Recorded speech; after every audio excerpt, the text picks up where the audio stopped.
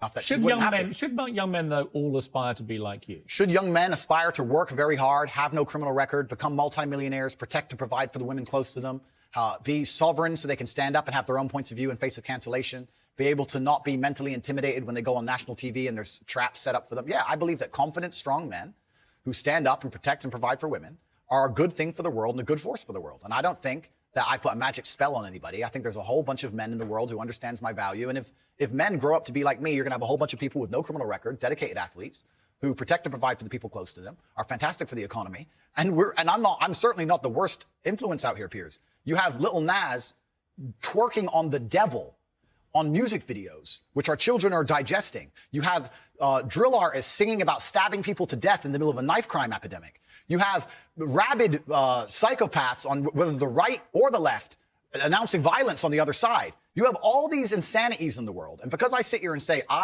yeah, perhaps. Now you've laid it out and it offended you, I understand. I didn't say it offended me. Okay, cool. I just read you the things. You read things that you said they could be offensive and some people are offended. Well, some people definitely were offended. Absolutely. That's fine. And honestly, I think some of the things you said were genuinely offensive and misogynist. Okay, so they offended you. Like I said earlier. So they offended you, which is fine. I said they offended you, you interrupted me, and now you're saying they offended you, which is fine. But the point I'm trying to make is this. I'm not the devil. There are certainly worse people than me. And I don't disagree and they exist. With that. And I'm saying that my core tenets for the people who don't understand me are self-accountability, so I'm accountable for everything I've ever said. My core tenets are responsibility, so I'm responsible for everything I've said. My core tenets are traditional masculinity to a degree, which involves protecting and providing for women. And I'll make another point here that needs to be said.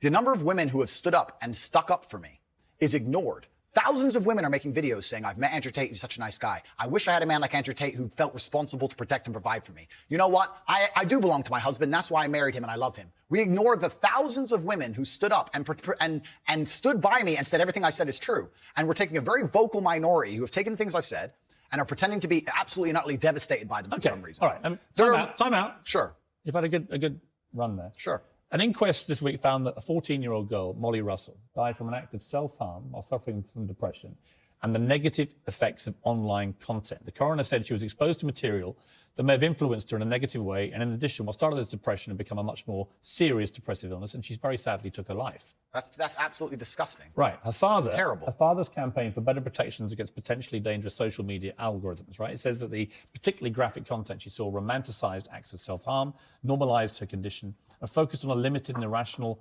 view without any counterbalance of normality. First of all, what is your response to that? Nothing to do with you. That's the first thing. Yeah, it is nothing to do with me. The fact that a 14-year-old girl took her life is truly sad. The world we live in today is... The fact that something like that happened is almost mind-blowing to me. That's truly sad. I actually feel sad inside to see something like that. This fact that they just said it's romanticizing the gory element. I don't know what she was watching, some kind of suicide videos thing. I don't know where these things are created. Do you think the tech companies should be much tougher about stuff like this? I don't know what kind of things she watched, obviously. I have to be a professional here. I think that the tech companies need to do their best to protect people, I guess, to a degree. But it's a slippery slope, isn't it? And then they use this slippery slope to silence some people and to right. And I think it's a really fine line, and it's a complicated line. It is very. I was interested when you did an interview with the Times. Hugo Rifkin, he's a very good journalist. We did a big interview with him, and it was interesting to me his conclusion, because he kind of concluded that although he found a lot of the things he said awful and offensive, and he didn't like them, and he didn't want to be that kind of person that would say those kind of things, nor could he actually work out exactly what you'd done, which deserved mass wipeout by all the tech firms. I thought it was an interesting conclusion. I don't know the answer to that, other than the reason I mentioned the Molly Russell case, not because that has anything to do with you at all, and I reiterate that. Thank you. So I simply ask you this. What has come clear to me in the interview is that a lot of things you say you wouldn't say now that you've said before. I'd say them differently, perhaps. Yeah, right. So to me, that's an acceptance, not just that you want to get back on platforms, because maybe that was one of the reasons you were no platform, but that you've recognized and understood the potential harm to the wrong kind of impressionable mind by some of the things you've said. Would that be fair? I think that's 80% fair. I recognize and understand that with massive fame, you have to be more careful about being misconstrued. Like I said earlier, 1% of people misunderstanding you doesn't matter with a small audience. It matters with a very large audience. With power comes responsibility. I still believe the things I say. I do not want to be a negative force for the world. I also understand that I am a man who's lived a very difficult, nuanced life, and I am capable of making nuanced points that may be misunderstood by teenagers. However, that can be said about anybody and everything. Every opinion online can be misunderstood by children.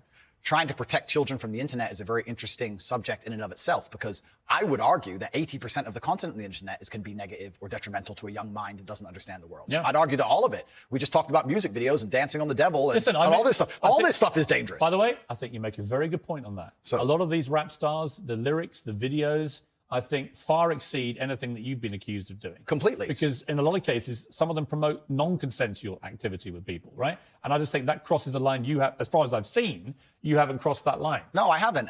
And this is the thing. And I've been vilified, not because of the things I say, because much more extremist content already exists on the internet. I think the reason I've been attacked and vilified is because of the popularity, because I became so massively famous, not because of what I was actually saying. So as a professional, I analyze that and I understand that, okay, I'm massively famous now and certain things have been taken out of context. However, I still do believe I'm a force for good in the world. And I'm not going to sit here and say... Have you changed, though? It's not about changing. Well, it is. We're all involved in an evolution. How old are you now? I'm 36. 36, right? I bet you're a different person to what you were when you were 26. Oh, that's absolutely, 16, that's right? absolutely a fact. So we all change. And Mike, you keep talking about being a good person. Yeah. I think if you're honest with yourself, that you can see why people found a lot of the stuff you've said problematic and misogynist. And I think you recognized you wouldn't express yourself in that way again because you've understood that it's caused a lot of harm. And that's really what I wanted to get to today, was an acknowledgement by you that these things clearly were said in the wrong way, created the wrong impression if you didn't mean them the way you intended them, and can therefore have a malevolent influence when you have a huge following.